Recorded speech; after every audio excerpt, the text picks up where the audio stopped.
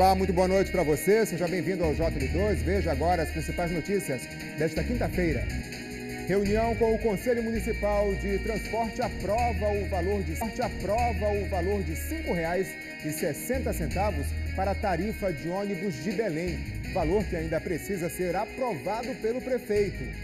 A Polícia Federal fecha garimpos clandestinos na região sudoeste do Pará, um deles pela terceira vez. O trecho da rodovia Belém-Brasília, próximo a Ipixuna do Pará, segue em apenas uma pista para obras de recuperação de um buraco que se formou na semana passada. E no futebol, o Paysandu não passa do 0-0 com o Goiás no primeiro jogo da final da Copa Verde. Agora, aqui no JL2.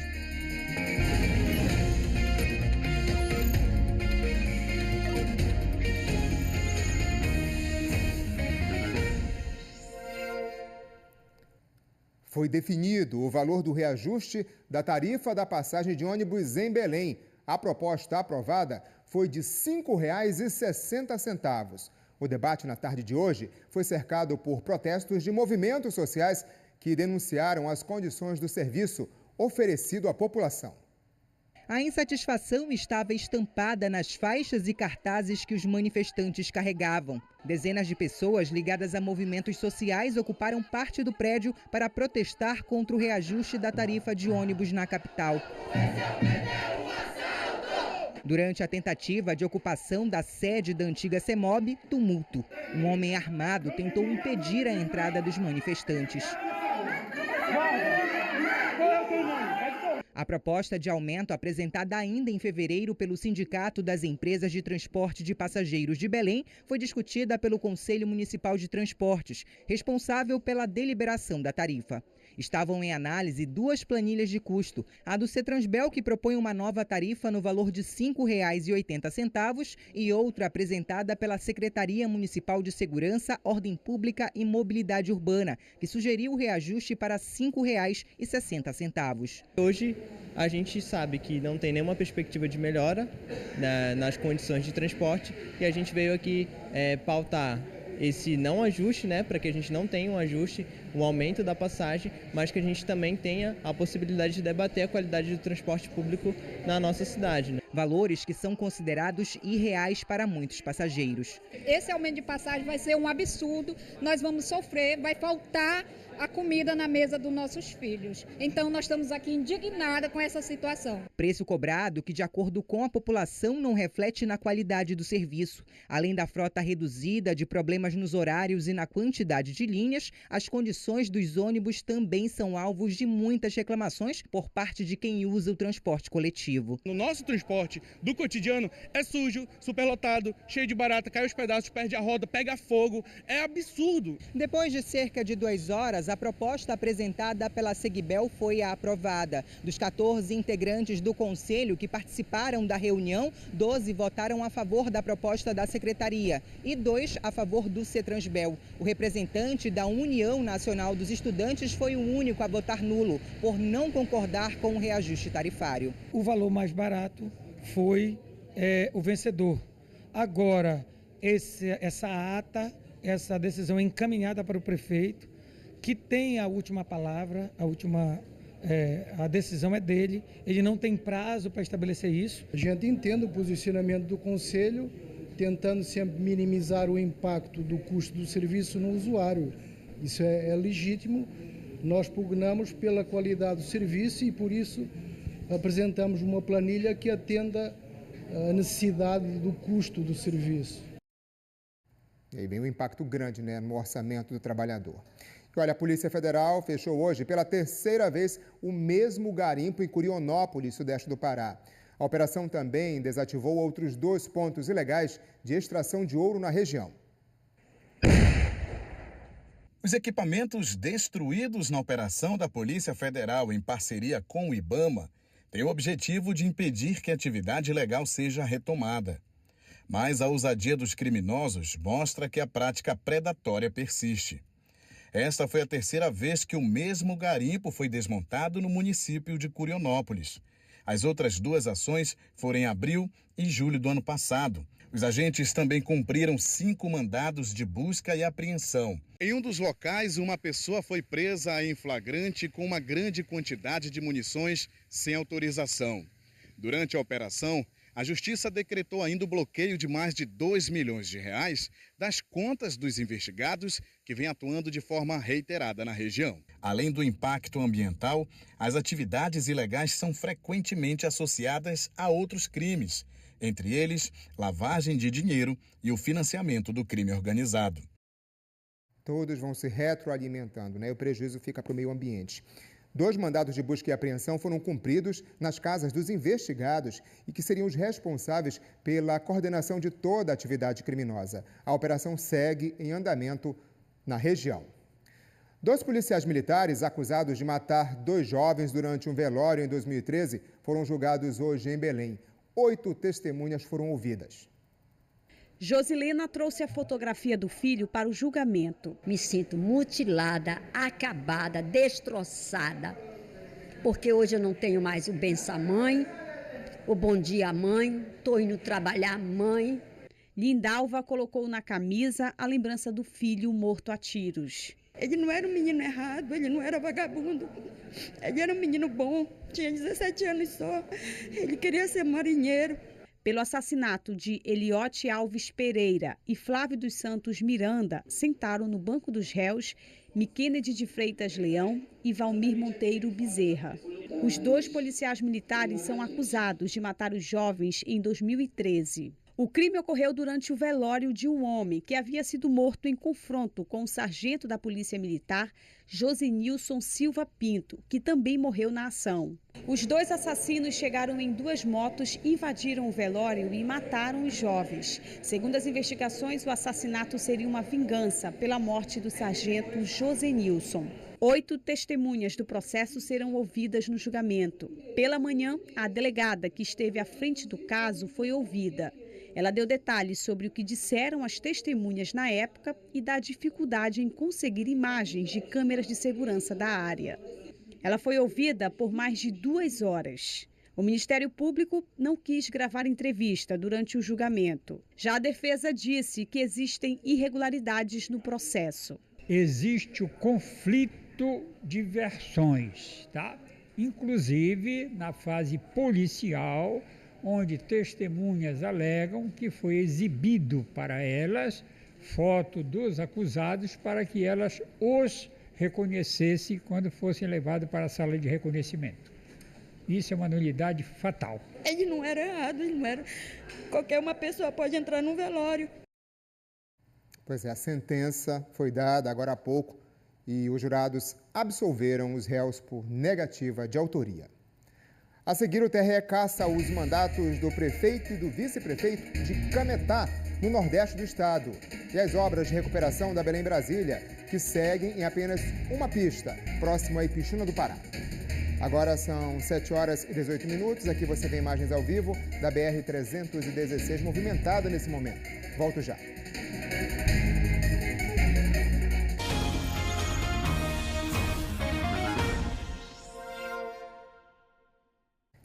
O Tribunal Regional Eleitoral do Pará cassou hoje os mandatos do prefeito e do vice-prefeito de Cametá, no nordeste do estado. Vamos conversar ao vivo aqui com a repórter Juliana Alvarez, que traz mais detalhes para a gente. Boa noite, Juliana. O que motivou essa decisão da Justiça?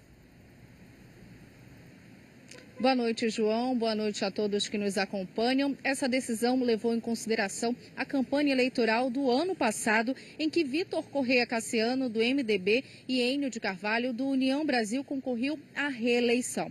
De acordo com o Tribunal Regional Eleitoral, nesse período de campanha, a Prefeitura de Cametá fez mais de 3.000 contratações.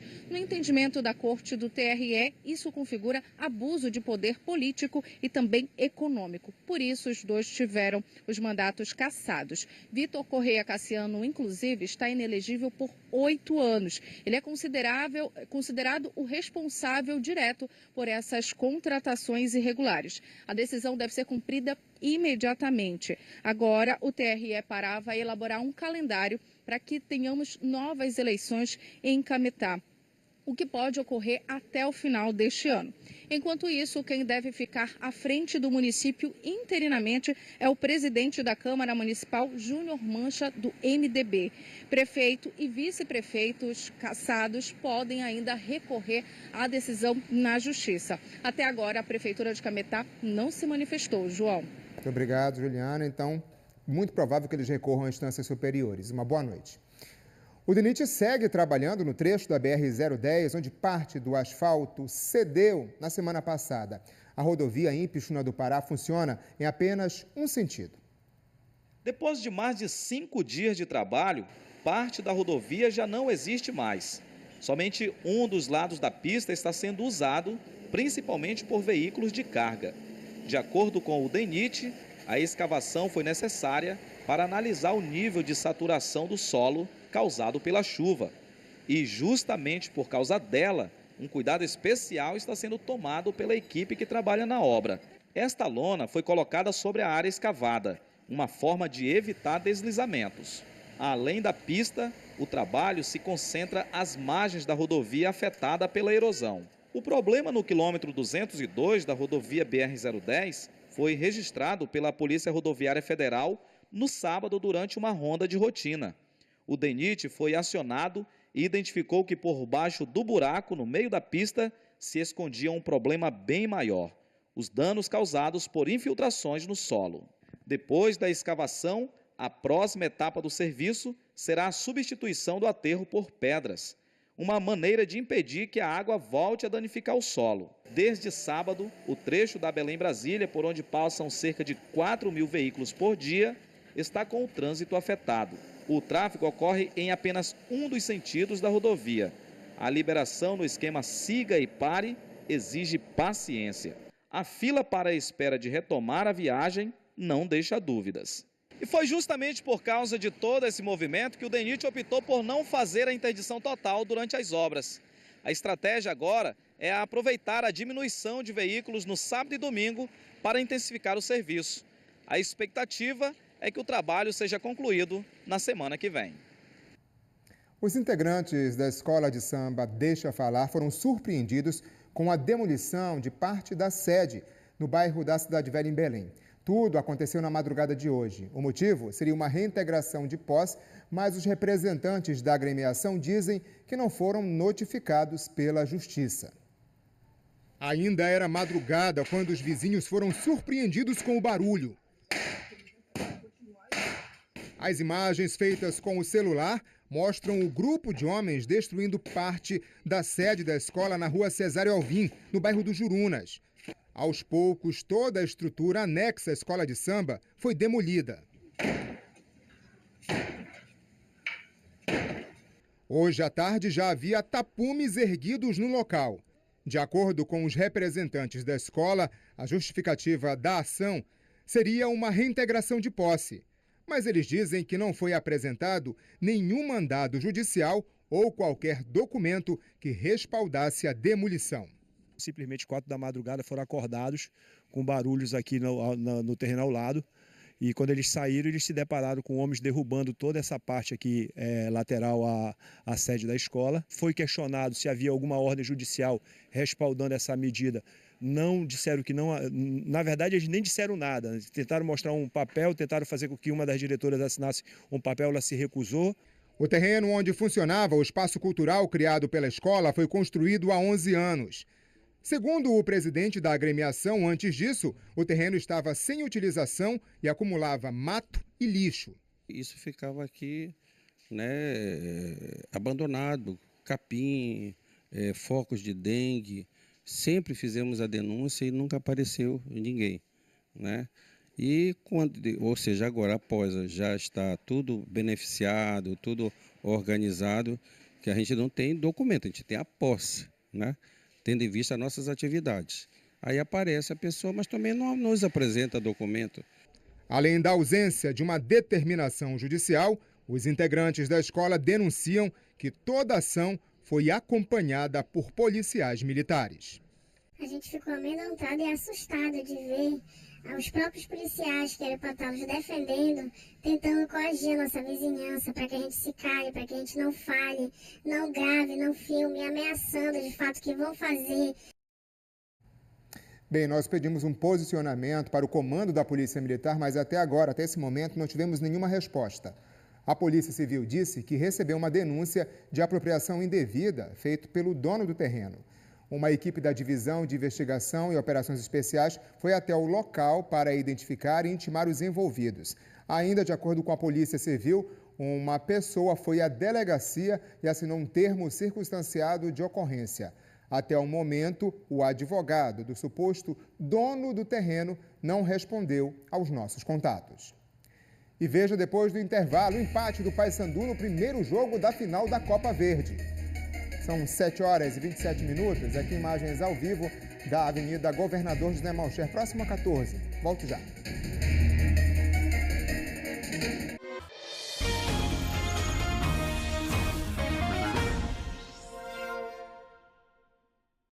Estamos de volta para mostrar que uma cerimônia hoje, na Assembleia Legislativa do Estado, homenageou 10 paraenses vítimas da ditadura militar. As famílias deles vão receber as certidões de óbito, reconhecendo a violência do regime militar. Há 61 anos, os filhos de Benedito Serra convivem com a dor da perda do pai. O líder sindicalista foi levado pela Polícia Militar em abril de 1964. Idaci tinha apenas 3 anos na época, mas lembra da perseguição. A polícia ia na casa da minha mãe, revistava o assoalho na casa da minha mãe. E a gente se escondia dentro do guarda-roupa, meus irmãos debaixo da cama, gente. Era um sofrimento para nós, foi um sofrimento. Nós passamos fome, miséria, gente. Torturado, Benedito morreu no hospital militar. Ademar recorda da última conversa que teve com o pai, aos 9 anos. Eu lembro que ele disse assim para mim e para minha mãe. Minha velha, não venha mais aqui no hospital, porque eu tenho medo que eles envenenem vocês. Eu estive no HGB, onde ele se encontrava preso, às 17 horas. Às 19h30, se não me falha a memória, ele faleceu. Eu ainda tive o desprazer de presenciar o último dia do meu pai. Hoje, a Secretaria Estadual de Igualdade Racial e Direitos Humanos e a Comissão de Direitos Humanos da Assembleia Legislativa realizaram uma cerimônia em homenagem a 10 paraenses mortos ou desaparecidos durante a ditadura militar. Primeiro, valorizar a memória desses mártires políticos. Segundo, acolher suas famílias, fazer um processo de reparação mínimo a essas famílias e dessa forma contribuir para fortalecer a cultura democrática no Pará. A cerimônia também foi um momento de reivindicação de direitos. Fazer essa reparação pela tortura, morte e tudo que nós passamos com a nossa mãe, né? As famílias ainda vão receber certidões de óbito emitidas pelo Conselho Nacional de Justiça. No documento, o Estado reconhece pela primeira vez a responsabilidade pelo que aconteceu a essas pessoas. É uma reparação à memória das vítimas e que permite também que as famílias busquem indenizações. Ao todo, o governo federal vai realizar a entrega de 434 certidões a familiares de vítimas de todo o Brasil. No Pará, o trabalho se concentra principalmente aos fatos ligados à guerrilha do Araguaia, que aconteceu na década de 1970. As pessoas foram presas e torturadas, não só aquelas envolvidas diretamente nos combates entre exército e guerrilheiros, mas famílias de agricultores, de produtores rurais, de quilombolas, de indígenas, de ribeirinhos, também eram levados para a Casa Azul. E estes casos serão levados, evidentemente, para a Comissão Especial de Mortos Desaparecidos, buscando o reconhecimento. A cerimônia desta quinta-feira foi realizada na Alepa, no auditório João Batista. Nome do deputado paraense morto com 3 tiros na frente de casa por defender a reforma agrária, em 1988. Hugo e Geni são irmãos de Eiraldo Palha Freire. Ele foi baleado dentro de um avião no aeroporto do Galeão, no Rio de Janeiro, em 1970. Tentaram botar como suicídio, só que não foi. Na certidão dele, ferimento à bala. E agora vai ser feita a retificação, né? Um documento que traz a verdade e que faz justiça também às famílias que lutaram por isso. É uma recuperação histórica, emocional, muito forte. Acredito que não só para os familiares, mas para o Brasil. Um reconhecimento não só para essas famílias, mas para a memória histórica do Brasil. Memória que deve fortalecer em cada um de nós a lembrança de que a ditadura nunca deve voltar. Agora o esporte pela Copa Verde, Paysandu e Goiás empataram sem gols no primeiro jogo da final no Mangueirão. Com isso, o título fica totalmente em aberto para o segundo confronto, lá em Goiânia.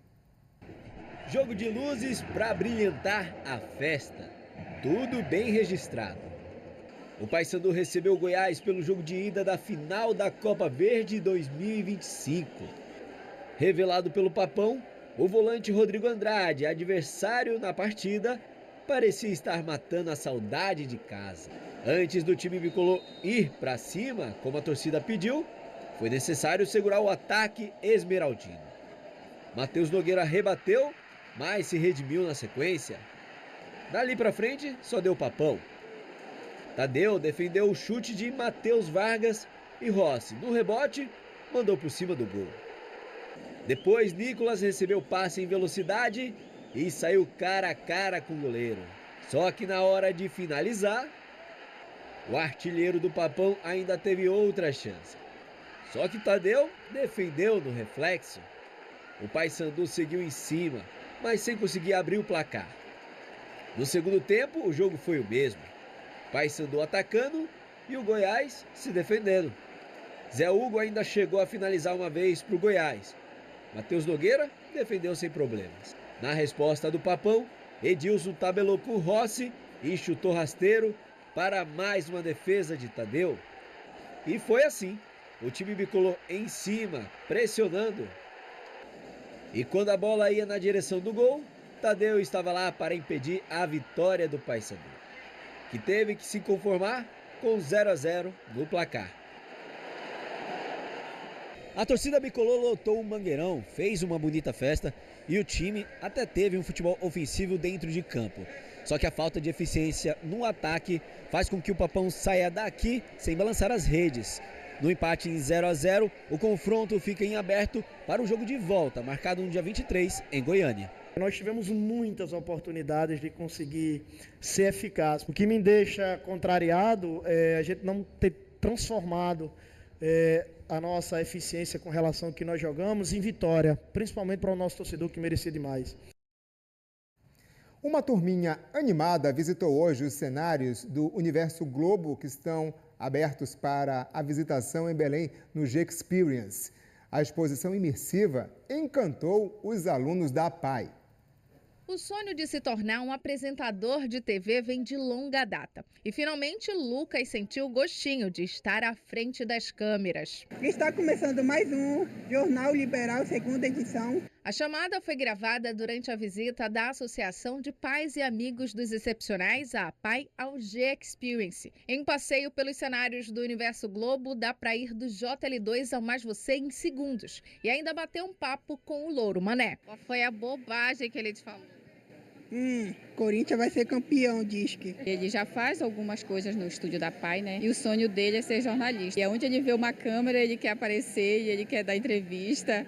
E eu fico de longe admirando porque eu tô aqui na torcida, né? Enquanto isso, um grupo disputava quem chegaria primeiro na corrida dos cavalinhos do Fantástico. A briga pelo pódio foi acirrada e quem levou a melhor foi a Leidiane. Foi um pouco de sorte, mas também um pouco de dedicação. Se a gente não tiver dedicação, a gente não ganha aí. Nessa experiência imersiva do G-Experience, todo mundo tem a oportunidade de experimentar um pouquinho do mundo mágico da televisão.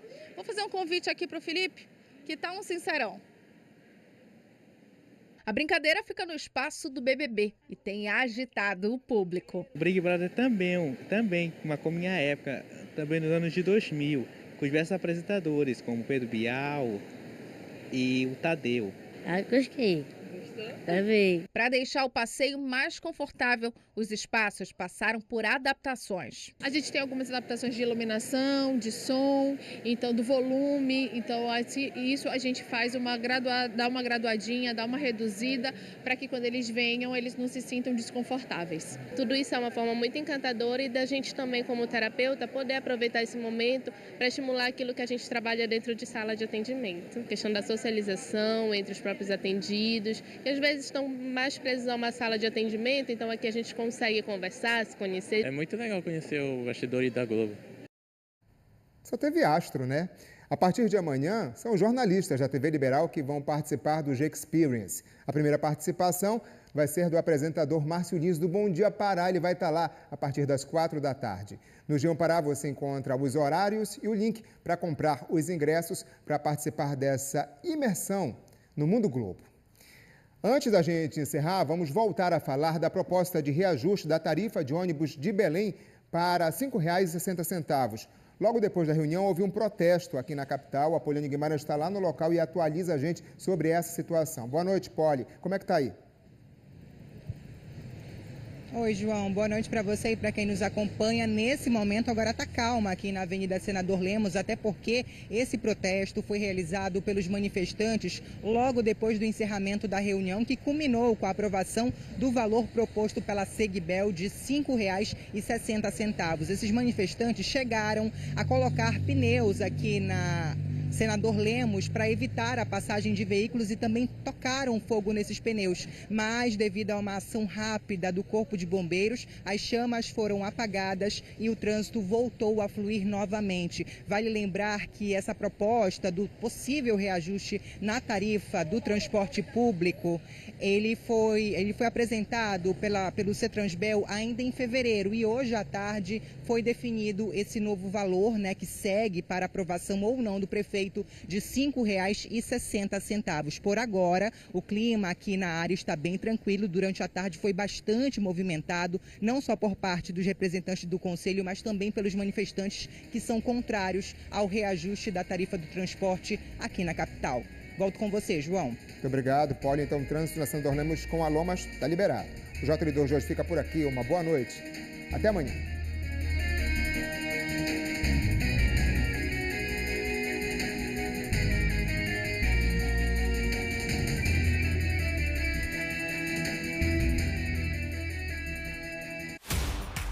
Torcedor, você que adora um calendário cheio, aproveita! Depois do meio de semana de Libertadores na tela, é bom já começar o aquecimento para o fim de semana. Vem aí um confronto de gigantes pelo Brasileirão. Grêmio e Flamengo. Domingo, a partir das 5 da tarde, com os preparativos do Bora Pro Jogo. Você, mulher, sabe da importância de ter na política